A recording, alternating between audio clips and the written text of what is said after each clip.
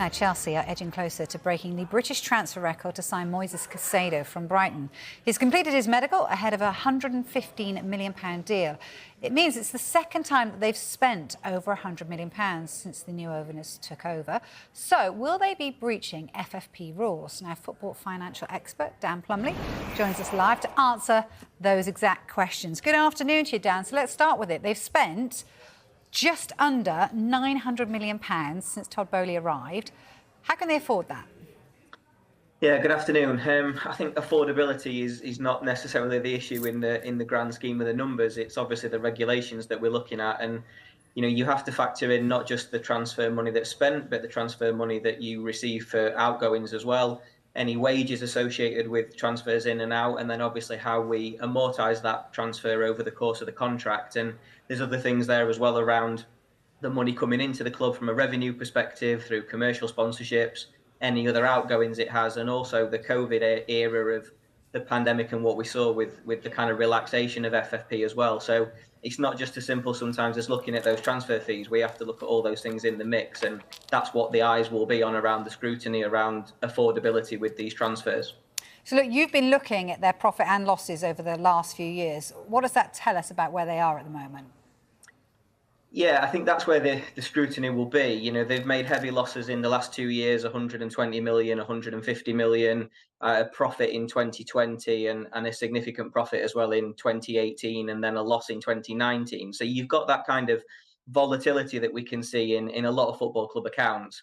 But again, I think the bigger picture of that is, of course, that COVID real lockdown period during the pandemic and what the governing bodies did with those regulations and what they allowed clubs to claim against, which we don't always see. We only see the numbers that we can look at the bottom line. So it's easy to see why the eyes of scrutiny are there. But also in the backdrop of this as well, UEFA have changed their financial fair play regulations now to a new version of financial sustainability regulations, which came into play in June of 2022. So the regulatory goalposts have shifted in Europe as well a little bit, which is important to consider in the narrative here. Yeah, so the fact that they've had to, I guess, let a lot of players go this summer, we obviously need to consider that when analysing their financial sustainability. But are they sustainable, do you think? In terms of from a club overall and from the ownership structure sat behind it, yes, I think is the blunt answer. But in terms of a regulatory framework, you're absolutely right. We have to look at those numbers and how they affect the bottom line. And that's what the governing bodies will be looking at, the Premier League and UEFA, of course. But we do have to consider both sides of the coin. The money spent is one argument to that we need to look at, but the outgoings as well. And again, not just the transfer fees of the outgoings, which, reported there around 232 million, but also the money that's been shifted off the wage bill and the amortisation charges linked to that as well, which Chelsea will gain back. So it, as always, it's a much more complex picture than just looking at the net spend element to it. Yeah, and it's interesting because we don't always know the wages, perhaps quite rightly, but Caicedo is expected to sign this 8-year deal, isn't he? So it spreads the fee over a longer time. Is this still risky, or is that a better way of doing business? I think from a financial side of things, a lot of people will look at that as a clever business strategy, and we've seen UEFA kind of already close that loophole. It's clearly looking at a cost control measure from a financial side of things and how you book the transfer. I think from a playing side of things, there's still a lot of risk in that strategy as well, because as is the way with football, the players are only one game away from a really bad injury, which can hamper their future value or can hamper the amount that they can play in the current team that they're in.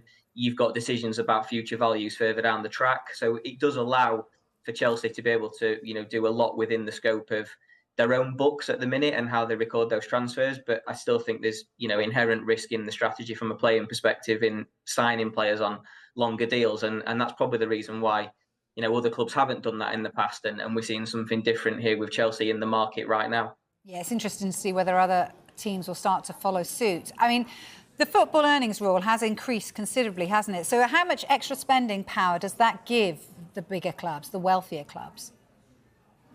Yeah, so this is linked to, as I say, UEFA's new regulations, now titled Financial Sustainability Regulations. And again, I don't think we're perhaps talking about that enough, but essentially when you look at the break-even principle of that, it used to be for UEFA's competitions, you could lose up to 30 million euros over 3 seasons. That's effectively been doubled now. So the loss is 60 million over 3 seasons that's permissible.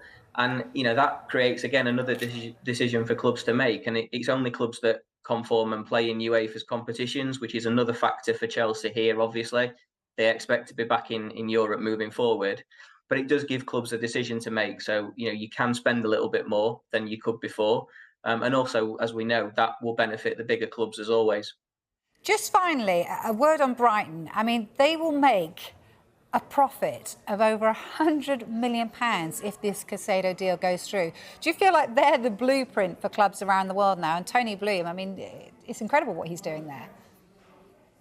I think in terms of the finances of it, yes, you can see why other clubs are looking to that model. And I think what Brighton have always said is that they will buy and crucially sell players at the right time. But crucially, again, they'll sell players at the right time for Brighton. And there is a lot of, as I say, volatility in the transfer market. There's always a lot of noise and people get pressured into decisions. But that kind of sticking to your strategic objectives, looking at the players that are right for you and that have future sell-on value, and actually being prepared to sell them when the time is right, we can see, the effect of that strategy for Brighton, and I'm sure it's something they'll continue with, and you can absolutely see why other clubs are also looking at that as a future blueprint. Yeah, it's worked well, hasn't it? Good to get your thoughts. Thanks for joining us, Dan. Thank you.